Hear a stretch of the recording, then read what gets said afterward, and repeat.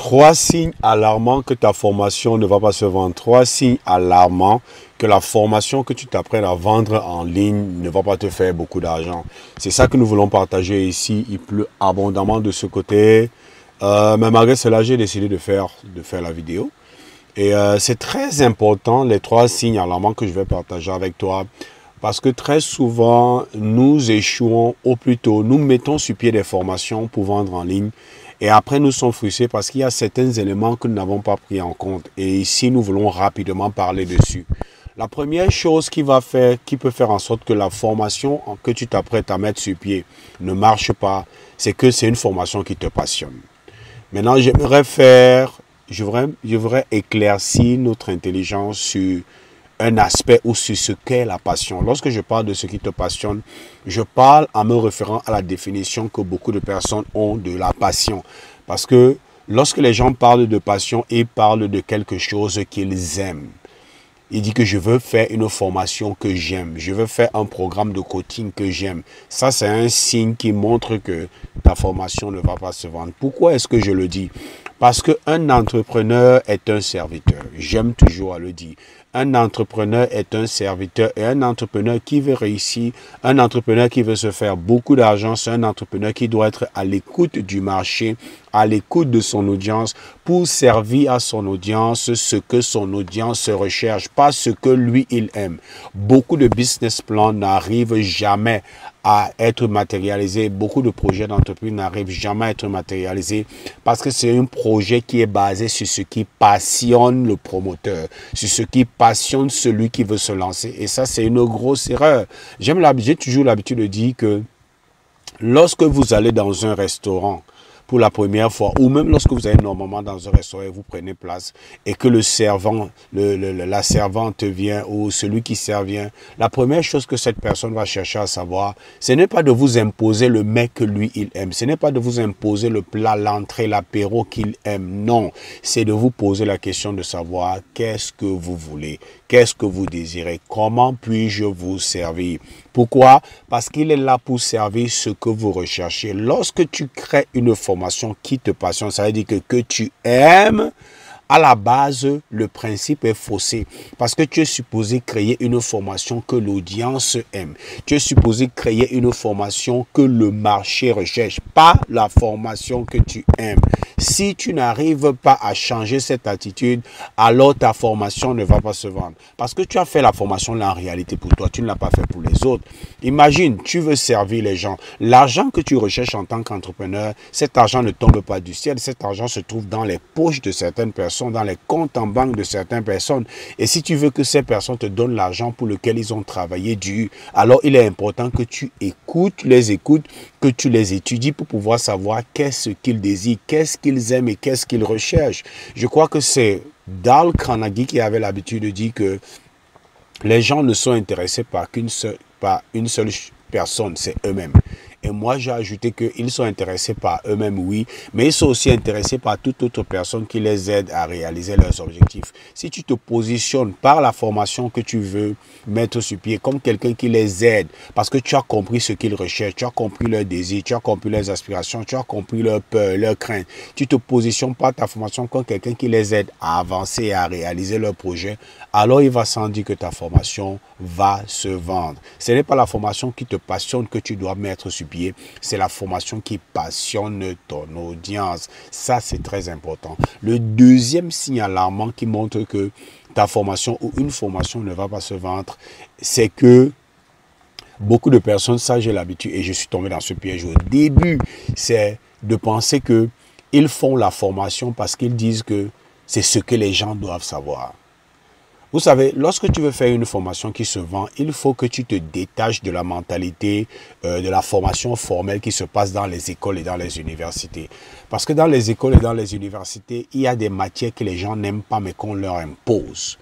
Et ils n'ont pas le choix. Mais lorsque tu décides de faire une formation que tu veux vendre, il est important que tu arrêtes de penser en termes que c'est ça qu'ils ont besoin. Ils ont besoin de ceci. En réalité, les gens n'achètent pas ce qu'ils ont besoin. Les gens achètent ce qu'ils veulent. Waouh, n'est-ce pas? Je te prends un exemple. Les gens ont besoin de faire du sport, de prendre conscience de leur alimentation pour pouvoir vivre une vie saine sur le plan de la santé et pour avoir un poids qui correspond à leur taille, qui correspond à leur corpulence. Mais laissez-moi vous dire, très peu de frères font ça, même comme ils savent que c'est ça qu'ils ont besoin. On a l'habitude de dire que tout le monde veut aller au ciel, mais personne ne veut mourir. Oui, ça veut dire que si moi je viens vendre une formation qui dit je viens apprendre aux gens comment mourir, personne ne va acheter cette formation, n'est-ce pas? Pourquoi? Parce que dans mon esprit, je pense qu'ils ont besoin de mourir pour pouvoir arriver au ciel. Mais personne ne va acheter cette formation. Mais ce qu'eux, ils désirent, c'est aller au ciel. Et ils désirent aller au ciel des fois sans mourir. Mais si je viens vendre une formation en disant que c'est une formation qui vous aide à aller au ciel, alors là, tout le monde est intéressé. Et il faut que tu saches, et beaucoup surtout les experts qui ont des compétences, qui ont un doctorat, qui ont une expertise, parce que vous savez qu'il y a 3 types d'expertise. Il y a l'expertise par compétence que tu as acquise en suivant un cursus, en suivant une formation, en sortant d'une académie. Il y a l'expertise par expérience, ça vient de ton expérience. Et là, il y a l'expertise par providence, c'est un don de Dieu, tu sais faire ça. Et moi, je parle ici surtout les experts par compétence. Ils ont toujours tendance à vouloir dire que c'est ça qu'ils ont besoin. Non, tu n'es pas là pour vendre ce qu'ils ont besoin. Tu es là pour vendre ce qu'ils désirent. Ne te mets jamais dans cette position pour dire que c'est de ce qu'ils ont besoin. Le Cameroun a besoin de ceci. Pour que le Cameroun change, il faut que. Non, ce n'est pas ça. Tu es au service du marché. N'oublions pas. Tu es au service du marché. N'oublions pas ça. C'est eux qui définissent ce que tu leur apportes. Ce n'est pas toi qui définis. C'est pour ça qu'on a l'habitude de dire en marketing que vends-leur ce qu'ils désirent et sers-leur ce qu'ils ont besoin. Ça veut dire que si je reviens à l'exemple de celui qui va aller au ciel mais qui ne veut pas mourir, je ne veux pas faire une formation pour dire que comment mourir, comment bien mourir, parce que personne ne va acheter. Même si je sais qu'ils ont besoin de mourir. C'est un exemple, c'est pas réel. Maintenant, je veux faire la formation de comment aller au ciel. Et dans la formation, je vais leur apprendre comment bien mourir pour pouvoir aller au ciel.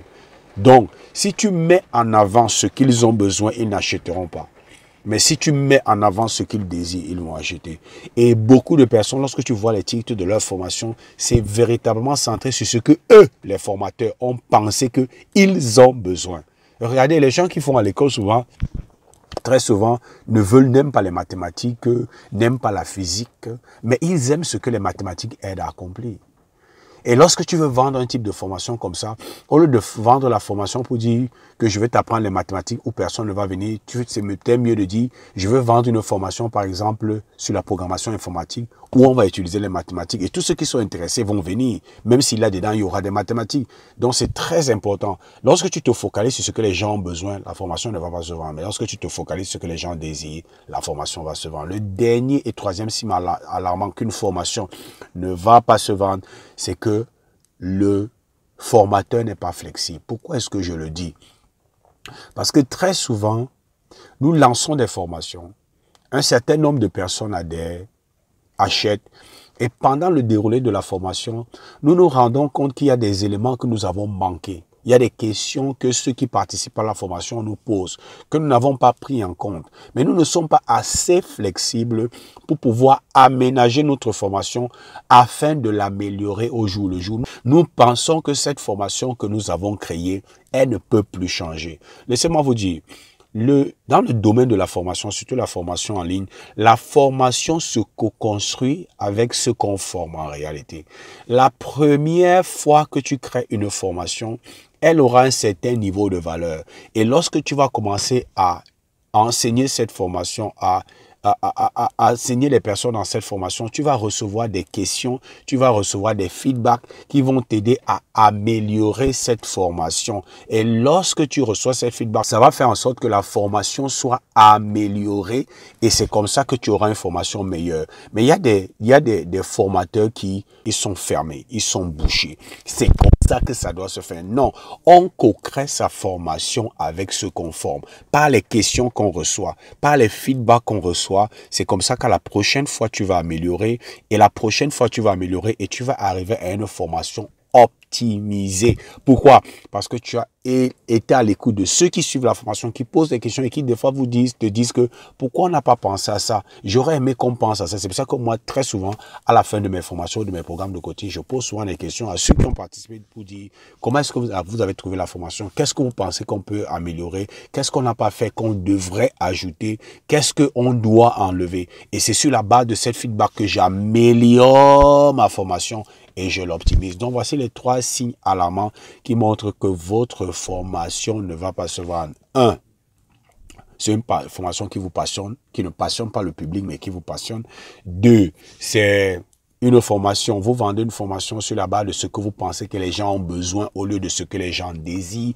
Et 3, vous n'êtes pas flexible. Tu n'es pas flexible en tant que formateur. Et ça va t'empêcher d'optimiser ta formation. C'est ça que je voulais partager avec toi aujourd'hui. J'espère que tu as obtenu assez de valeur de ceci. Aime notre vidéo, abonne-toi à notre page et à notre chaîne. Laisse-nous des commentaires. Nous avons besoin de savoir quels sont tes avis, quels sont tes feedbacks, quelles sont tes questions. Comment est-ce que tu penses que nous pouvons améliorer nos contenus? Ça va vraiment nous faire beaucoup de bien. Partage aussi cette vidéo, tag des amis.